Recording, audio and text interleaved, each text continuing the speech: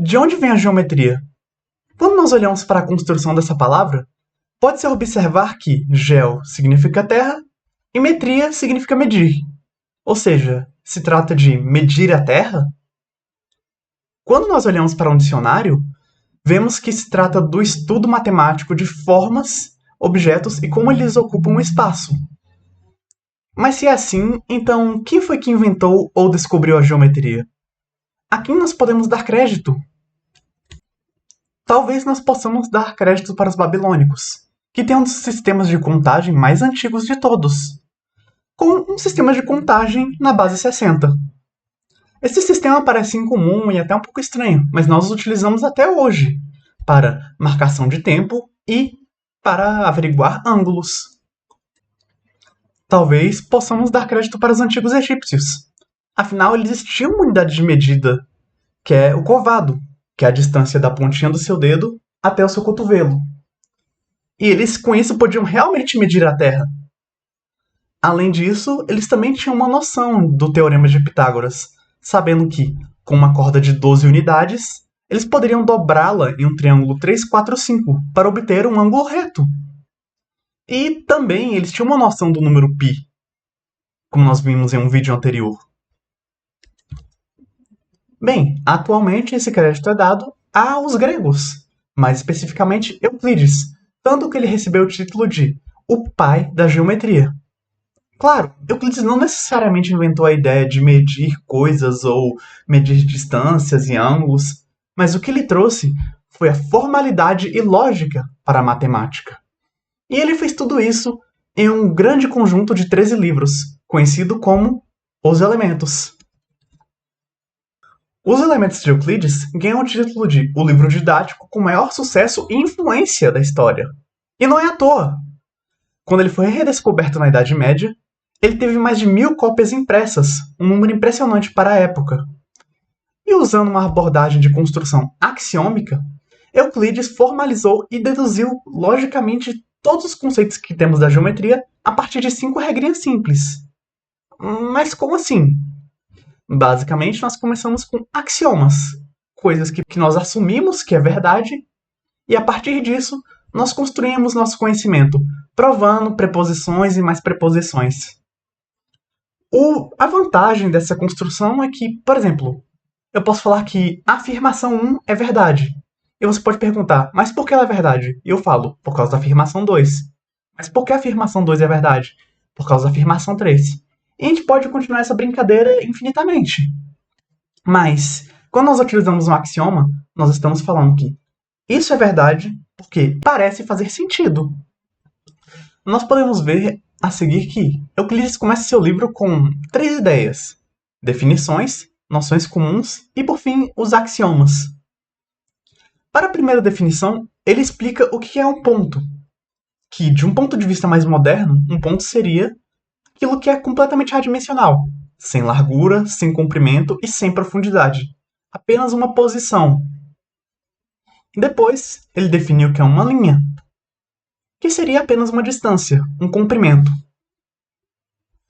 Ele disse que as extremidades da linha são pontos. E todas as definições são coisas que parecem fazer sentido, mas não tem como provar. Por isso que ele está definindo elas. A superfície é aquilo que tem somente comprimento e largura. E ele diz também que as extremidades da superfície são retas, o que parece fazer sentido quando nós olhamos para a superfície de exemplo. Em seguida, ele define ângulos.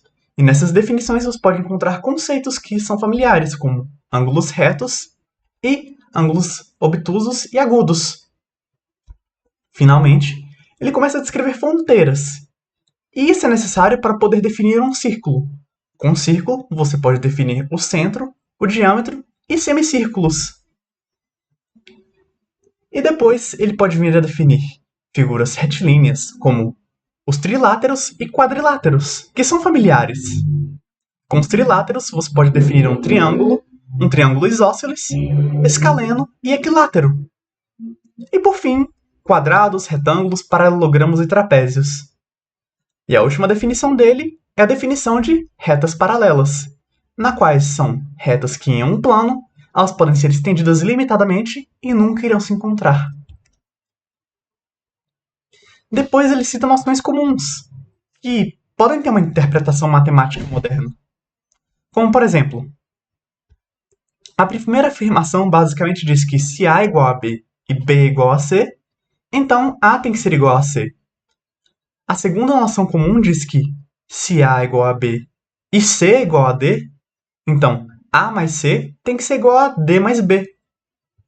A terceira afirmação diz que se A é igual a B e C é igual a D, então A menos C tem que ser igual a D menos B. A quarta diz que se A é igual a B e C é diferente de D, então A mais C tem que ser diferente de B mais D. A quinta afirmação nos diz que se A é igual a B, então o dobro de A tem que ser igual ao dobro de B. A sexta diz que se A é igual a B, então a metade de A tem que ser igual à metade de B. A sétima afirmação pode dizer, por exemplo, que o triângulo A tem que ser igual ao triângulo B, pois o triângulo B é apenas uma versão rotacionada do triângulo A. Ele pode ser facilmente encaixado e mostrado que é igual ao triângulo A. A oitava diz que o todo sempre vai ser maior que a parte. Por exemplo, nós podemos dividir esse círculo azul em uma parte verde e vermelha. Não importa como divida essas duas partes, elas sempre vão ser menores que o todo. E por fim, a número 9 diz que duas retas não podem fechar uma área. Nós precisamos de no mínimo 3 retas para fechar uma área e formar um triângulo. E finalmente, com todas essas definições e noções básicas em mãos, nós podemos partir para os axiomas. As 5 regrinhas básicas que Euclides propôs para definir a geometria euclidiana. O primeiro axioma diz que, dado 2 pontos, nós podemos traçar uma reta entre eles. O segundo axioma diz que nós podemos estender uma reta ilimitadamente, o quanto nós quisermos. O terceiro axioma diz que, com um centro e uma distância, nós podemos descrever um círculo. O quarto axioma diz que todos os ângulos retos são iguais entre si. E o quinto axioma diz que, dado um ponto e uma reta, existe somente uma reta que é paralela à reta original que passa pelo nosso ponto. Esse axioma é o que define a geometria plana. Se nós mudarmos o quinto axioma para ter nenhuma reta paralela passando pelo ponto ou mais de uma, nós acabamos caindo na geometria esférica ou hiperbólica, respectivamente. Mas esses dois são assuntos complicados para outro vídeo. Vamos focar apenas na geometria plana e manter o quinto axioma intacto, tá bem?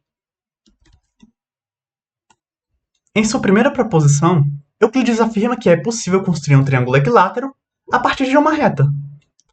Bem, para demonstrar isso, nós começamos de uma maneira simples, com uma reta. E lembre-se que as extremidades de uma reta são pontos. E nós temos um centro e uma distância. Portanto, nós podemos traçar um círculo com o centro A e a distância AB. E nós podemos traçar um círculo com o centro B e uma distância de raio AB. Na interseção desses dois círculos, nós podemos marcar um ponto C. E como nós temos um novo ponto, nós podemos traçar uma reta entre AC e uma reta BC. Agora note o seguinte, veja que AB é igual a BC e note também que AB é igual a AC. Portanto, por causa da nossa noção comum, todas essas retas têm que ser iguais. Logo, o triângulo ABC é equilátero. Para sua segunda proposição, Euclides quer mostrar que, a partir de uma reta e um ponto, ele pode duplicar a reta original. Para provar isso, nós começamos traçando uma reta entre o nosso ponto B e o nosso ponto A. E depois nós construímos um triângulo equilátero, que é possível de se fazer graças à proposição 1. Depois nós construímos um círculo, centrado em B, com raio BC. Nós estendemos a reta DB até ela atingir a circunferência vermelha. E depois nós podemos usar a linha DE como um raio para um novo círculo com centro D. E por fim, nós estendemos a reta DA até o círculo verde e nós conseguimos uma reta DF. E agora o que eu tenho que mostrar para vocês é provar que a reta BC tem o mesmo comprimento que a reta AF. Bem, você pode notar que CB é igual a BE e que DF é igual a DE. E também note que os lados DA, DB e AB são iguais. Bem, você pode ver que DF é a soma de DA mais AF e que DE é a soma de DB mais BE. Então nós podemos igualar essas duas coisas, já que as somas são iguais. E você pode ver que CB é igual a BE. Portanto, nós podemos substituir isso na nossa equação. E nós podemos ver também que DB é igual a DA. Se nós subtrairmos DA de ambos os lados da equação, nós conseguimos que AF é igual a CB. Portanto, nós provamos nossa segunda proposição. E por fim, a última proposição que nós veremos nesse vídeo é a proposição 3 de Euclides, que diz que, dadas duas retas desiguais, é possível subtrair a menor da maior. Nós começamos duplicando a reta BA, que nós provamos que é possível fazer graças à proposição 2. Com a reta CE, nós podemos fazer um círculo e marcar um ponto F. Você pode ver que BA é igual a CE, que é igual a CF, e que CF mais FD tem que ser igual à reta original CD. Se nós subtrairmos BA de ambos os lados da equação, nós conseguimos que FD tem que ser igual a CD menos BA. Ou seja, nós precisamos de tudo isso para conseguir provar que é possível subtrair uma reta menor de uma reta maior. Nós acabamos de provar que subtração é possível. E eu quero que você perceba a construção lógica que nós tivemos para demonstrar que subtração existe e é possível de se fazer entre duas distâncias diferentes. Nós começamos pelo axioma 1, 2 e 3. Usando o axioma 1 e 3, nós provamos a proposição 1. Usando todo o conhecimento que nós temos até agora, nós provamos a proposição 2. E, com a proposição 2 e o axioma 3, nós provamos que subtração existe e é possível entre comprimentos diferentes. Tanto que o primeiro livro dos elementos de Euclides está cheio desses momentos memoráveis que são provar coisas simples, que nós achamos que são tão triviais, mas que precisavam ser provadas em algum momento, de maneira formal. Na proposição 9, ele mostra que é possível partir um ângulo ao meio. Na proposição 10, ele mostra que é possível cortar uma reta ao meio. Na proposição 15, ele mostra que duas retas que se atravessam criam ângulos iguais. Na proposição 27, 28 e 29, ele basicamente demonstra o teorema das retas paralelas.